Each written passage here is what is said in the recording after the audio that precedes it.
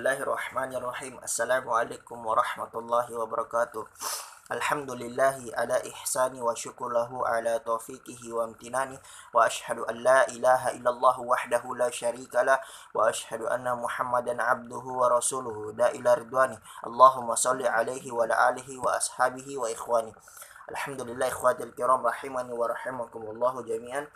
Alhamdulillah pada kesempatan kali ini maksud dari video ini adalah sebagaimana yang ditugaskan kepada kami atau diberinya tugas kepada kami, itu menjelaskan atau tanda kutip membaca tafsir dari surah-surah yang diberikan pilihan untuk dijelaskan atau tanda kutip dibacakan tafsirnya. Adapun pada kesempatan ini saya Ahmad Agum Setiawan Samsul Bahri, nomor induk mahasiswa 101/2018-0027, ingin menjelaskan atau tanda kutip membaca tafsir dari surah Luqman ayat 12 dan 13. Nah, adapun bunyi dari surah Luqman ayat 12 dan 13 itu dan terjemahannya seperti ini. A'udzu billahi minasyaitonir rajim. Wa laqad atayna Luqmanal hikmata anishkur lillah wa man yashkur fa innama yashkuru li nafsihi wa man kafara fa innallaha ghaniyyun hamid. Wa idh qala Luqmanu libnihi wa huwa ya'ithuhu ya bunayya la tusyrik billah innasyirka la zulmun 'adzim. Adapun terjemahan dari ayat ini, dan sungguh telah kami berhikmah kepada Luqman, yaitu bersyukurlah kepada Allah, dan barang siapa bersyukur kepada Allah maka sesungguhnya dia bersyukur untuk dirinya sendiri, dan barang siapa tidak bersyukur dikatakan di syariat itu dikatakan dengan kufur nikmat. Nah, makanya terjemahannya di sini, dan barang siapa tidak bersyukur kufur nikmat, maka sesungguhnya Allah Maha Kaya Maha Terpuji. Dan adapun ayat ke-13 terjemahannya seperti ini. Dan ingatlah kepada Luqman, dan ingatlah ketika Luqman berkata kepada anaknya ketika dia memberi pelajaran kepadanya, wahai anakku, janganlah engkau mempersekutukan Allah, sesungguhnya mempersekutukan Allah adalah benar-benar kezaliman yang besar. Maka pada kesempatan kali ini mungkin saya akan menyinggung sedikit sebelum masuk ke tafsir ayat ke-13 atau 12, itu saya sedikit menyinggung perihal dosa-dosa besar, atau kata para ulama dalam kitab-kitabnya Al-Kabair itu mengatakan bahwa dosa terbesar itu adalah menyekutukan Allah, sebagaimana di dalam ayat ke-13 yang dimana yang berbunyi ya bunayya la tusyrik billah innasyirka la zulmun azim. Nah, inilah perintah ayahnya Luqman, inilah perintah Luqman kepada anaknya, mengatakan bahwa wahai anakku, ya bunayya, wahai anakku, janganlah engkau mempersekutukan Allah. Ini adalah pelajaran yang sangat penting seharusnya yang dididik dari orang tua ke anaknya, bahwa janganlah engkau menyekutukan Allah sedari dini, karena inna syirka la zulmun azim, karena sesungguhnya mensyirikkan Allah itu adalah kezaliman yang sangat besar. Maka sangat pantas kalau para ulama itu mengatakan di dalam kitabnya ataupun secara khusus Al-Kabair, kitab Al-Kabair, dosa-dosa besar, mengatakan bahwa dosa paling besar yang pertama itu adalah mensyirikkan Allah. Nah, kadang orang menyalahpahami atau mempersempitkan makna dari kesyirikan itu seperti menyembah kubur atau sujud kepada patung atau sujud kepada batu. Nah, adapun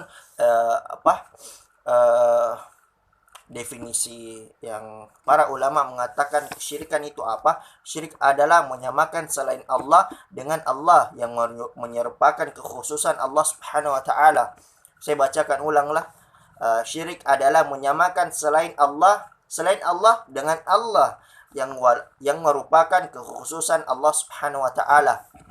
Makanya terkadang dosa yang paling besar terkait kesyirikan yang paling besar itu kata para ulama adalah berdoa kepada selain Allah. Karena kenapa? Berdoa kepada selain Allah itu menyakup tiga tauhid yang terbagi. Artinya ini kata para ulama tauhid rububiyah. Kenapa dikatakan berdoa kepada selain Allah itu syiriknya yang paling tinggi? Karena tauhid rububiyah Allah disyirikkan di situ. Tauhid rububiyah artinya hanya Allah yang maha mendengar. Contoh, kalau ada seseorang di laut di laut terombang-ambing, mereka berdoa kepada wali-wali mereka. Padahal wali-wali mereka sudah meninggal, sudah ada di dalam kubur. Mungkin siapa tahu ternyata walinya bukan ahli ibadah, mungkin hanya zahirnya saja, tapi mereka ternyata syirikan juga Allah. Memang kelihatannya ahli ibadah, tapi ternyata wali-wali mereka juga tidak dapat menolong mereka sedikit pun. Mereka mengatakan, wahai wali fulan, tolonglah kami sedang berada dalam ombak yang besar. Ini namanya istighotsah, berdoa dalam keadaan genting. Nah, ini tauhid rububiyahnya Allah yang mereka rusak. Artinya hanya Allah yang maha mendengar, hanya Allah yang bisa mengabulkan doa-doa mereka, dan ini mereka rusak. Syirikkan Allah, menyamakan selain Allah, yang dimana hal tersebut adalah kekhususan Allah. Dimana tauhid rububiyahnya rusak, yang dimana tauhid uluhiyahnya rusak. Yang kedua, yang dimana tauhid uluhiyah artinya mengesahkan Allah dalam segala peribadatan. Nah, ia menyekutukan Allah dalam peribadatannya, artinya yang dimana disebutkan dalam kitab tadi.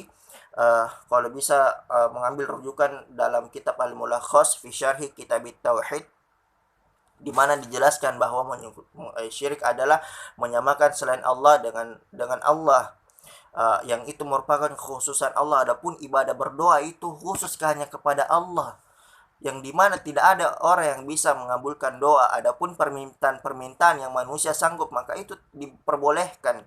Contoh, ada orang mengatakan boleh saya angkat, boleh kau angkatkan galonku. Nah, itu bisa diperbolehkan kata para ulama. Syarat orang meminta tolong kepada makhluk itu pertama dia bisa sanggup dan dia hadir. Karena ada contoh orangnya masih hidup, tapi dia katakan, wahai fulan yang di sana, tolonglah saya. Seakan-akan dia itu fulan yang dia meminta doa itu mendengar, padahal tidak. Berarti dia hampir sama dengan Allah, menyamakan Allah karena mengatakan bahwa wahai fulan, padahal fulan jauh di sana. Itu adalah menyamakan Allah selain Allah. Seperti itu. Maka jangan mempersempit makna dari syirik tersebut. Artinya kalau ada orang sujud kepada kuburan, sujud kepada patung, itu baru dikatakan syirik. Tidak. Bahkan tatoyur pun termasuk kesyirikan. Tatoyur itu menganggap sial sesuatu. Contoh yang banyak beredar di masyarakat seperti ini. Seseorang mempunyai motor baru atau kendaraan baru, kalau tidak dionde-onde, tidak diberi onde-onde, maka setelahnya itu kalau ke kendaraan tidak dikasih onde-onde, dibaca-bacai, pasti akan celaka. Nah, ini adalah kesyirikan kecil. Kesyirikan kecil kata para ulama adalah lebih besar dari dosa besar. Artinya berzina lebih besar ini syirik kecil dari berzina. Mungkin teman-teman bisa merujuk kepada kitab yang membahas tentang tauhid, yang membahas tentang busuknya kesyirikan. Maka sangat penting bagi teman-teman yang mengaku ahlus sunnah wal jamaah untuk selalu gencar untuk mendakwahkan dakwah tauhid, karena dakwah tauhid adalah dakwanya para nabi dan rasul, yang dimana Allah subhanahu wa ta'ala berfirman di dalam surah Al-Anbiya, dalam surah Al-Anbiya ayat 25, surah ke-21 ayat 25. A'udzu billahi minasyaitonir rajim. Wa ma arsalna min qablika min rasulin illa nuhi ilaihi annahu la ilaha illa ana fa'budun. Yang dimana artinya, dan kami tidak mengutus seorang rasul pun sebelum engkau wahai Muhammad, melainkan kami wahyukan kepadanya bahwa tidak ada Tuhan yang berhak disembah selain aku, maka sembahlah aku. Bahwa ini menunjukkan bahwa Allah tidak menurunkan seorang rasul pun kecuali mereka ditugaskan untuk menjelaskan beribadahlah kepada Allah dan jangan engkau menyekutukan Allah. Dan inilah dakwah para nabi dan rasul. Maka saya sangat heran orang-orang yang mengaku ahlus sunnah wal jamaah, bahkan dikatakan kiai ataupun yang selainnya habaib yang mengatakan keturunan nabi, dan dia sangat sangat anti terhadap pembahasan tauhid, pembahasan kesyirikan, karena itu sangat urgen di tengah-tengah masyarakat sekarang ini. Tidak ada tugas nabi di 13 tahun pertama itu kecuali Nabi Shallallahu Alaihi Wasallam itu memperkokoh tauhidnya para sahabat, yang dimana setelah itu baru banyak ibadah-ibadah yang diturunkan oleh Nabi Shallallahu Alaihi Wasallam menjadi syariat Islam. Dan itulah tugasnya orang-orang sekarang, tidak sangat anti terhadap kata-kata ini syirik. Artinya jangan terlalu baper. Kalau memang ada orang bertanya apa menyembah kubur, nah kalau dikatakan kesyirikan bukan artinya ditunjuk individunya, tidak. Kita membahas secara hukum, secara umum, bahwa orang-orang yang menyembah kubur, meminta kepada selain Allah, itu adalah kesyirikan.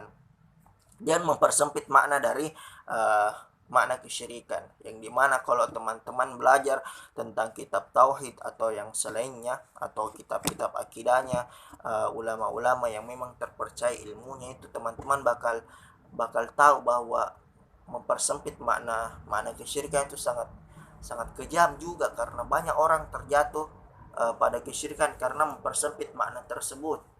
Alhamdulillah, itu yang saya ketahui terkait kesyirikan sedikitnya. Adapun salahnya itu mungkin dari saya, ucapanku.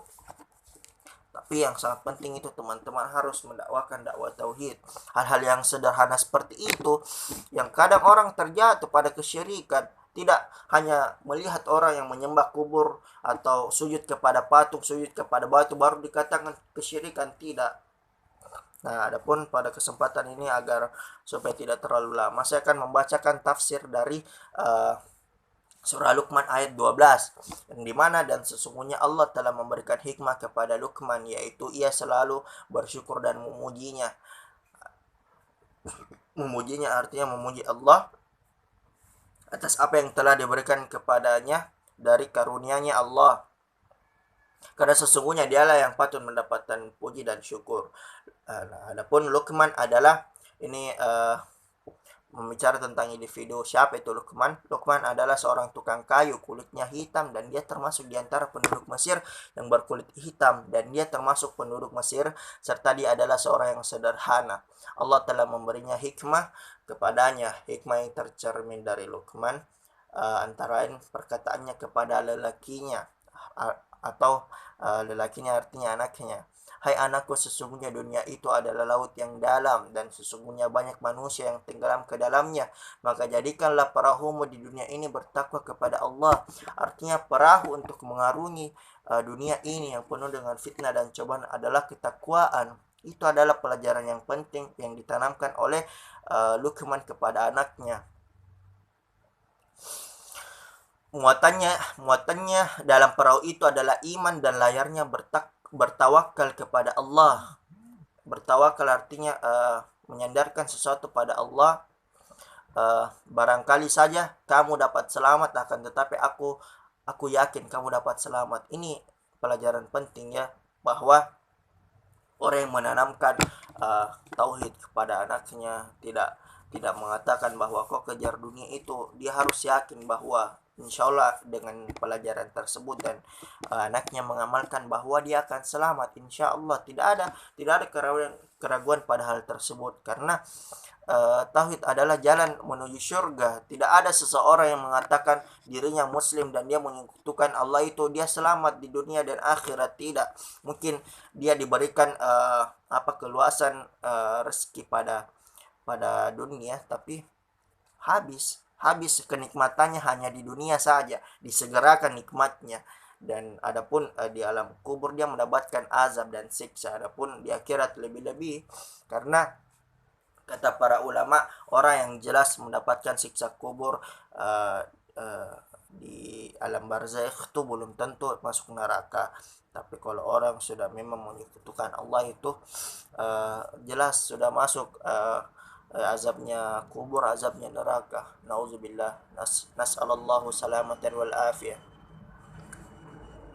Nah, barang siapa yang dapat menasihati dirinya sendiri, niscaya ia akan mendapat pemeliharaan dari Allah. Dan barang siapa yang dapat menyadarkan orang-orang lain akan dirinya sendiri, niscaya Allah akan menambah kemuliaan baginya karena hal tersebut. Hina dalam rangka taat kepada Allah lebih baik daripada membangkang diri dalam kemaksiatan. Masya Allah, tafsir dari ayat ini. Saya bacakan ulang ya. Allahu Akbar. Hina dalam rangka taat kepada Allah lebih baik daripada membangkang diri dalam kemaksiatan. Allahu Akbar. Syukur adalah memuji kepada Allah, menjurus kepada perkara yang baik, cinta kebaikan untuk manusia, dan mengarahkan seluruh anggota tubuh serta semua nikmat kepada ketaatan kepadanya. Ini semua konteks menuju kepada tauhid. Maka sangat heran, lagi-lagi saya sangat heran kalau ada orang yang selalu mengaku ahlus sunnah wal jamaah tapi sangat anti membahas tentang tauhid, membahas tentang kesyirikan, karena mungkin saja ia anti terhadap pembahasan tersebut karena mungkin terkadang amalannya itu menjerumus kepada hal tersebut, tapi karena disokong oleh dalil-dalil yang sahih pun dia tidak bisa tunjukkan kesohihannya, hanya membawakan hadis-hadis doif yang memang terkadang bertentangan dengan hadis-hadis sahih. Maka sangat wajar kalau orang-orang